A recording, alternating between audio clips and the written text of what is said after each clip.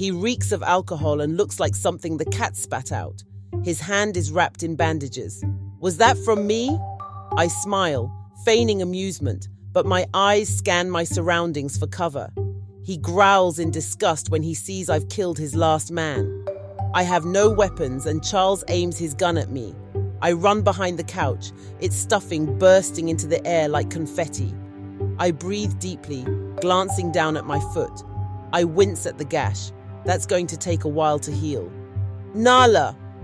My blood freezes at the sound of Maddie's frightened scream. I chance a glance and see Charles grabbing her by the hair. You have my attention, I say, raising my hands as I stand. The look of horror on Maddie's face tells me everything. I must look terrifying, covered in blood like I'd just crawled out of an elephant's gut. I need to get to the kitchen. There's a knife securely strapped under the dining table.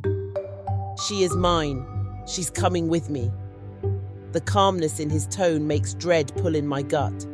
I ignore it and inch toward the table as he moves to the center of the living room, popcorn scattered across the floor. I made a promise to you, I say through clenched teeth, my eyes narrowing. Maddie is still holding the kitchen knife in her hand. Why isn't she using it? My hip bumps into the dining table and I feel for the knife. Grabbing it, I hold it firmly behind my back. Ha! You think I'm scared of a little thing like you? He sneers, dangling Maddie by her hair. She whimpers in pain. I take a menacing step forward, the irony of my disheveled state not lost on me. You should be, I whisper. In one swift motion, I throw the knife, striking the gun in his hand. The shot fires upward, grazing Maddie's ear. She sinks to the floor, but I don't have time to check on her. I pounce, kicking the gun away.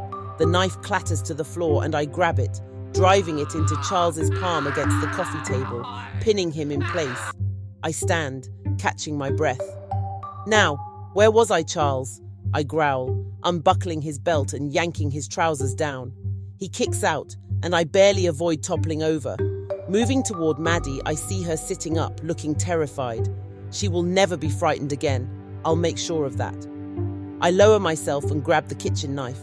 With steady precision, I slice through Charles's tendons. When I'm done, he won't be using his legs anymore. His screams of pain fill the room, but I don't flinch. I sneer, glancing up at him as I lean forward, inspecting his exposed body. I can understand the appeal, I say with a twisted grin, glancing at Maddie. She's still wide-eyed, clutching the side of her face where the bullet grazed her. I rise and move to Charles's dead accomplice, yanking the blade from his neck like pulling a pin from a grenade. Then I stroll back to Charles.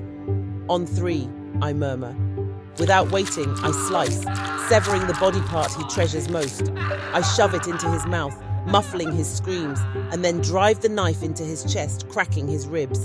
With one final wrench, I rip out his heart, holding it aloft for his now lifeless form to see.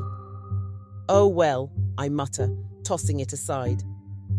If that takedown left you breathless, subscribe for more blood-soaked justice. Like the video if you believe some monsters deserve no mercy, and comment "Sparrow strikes again" if you're ready for what Nala does next.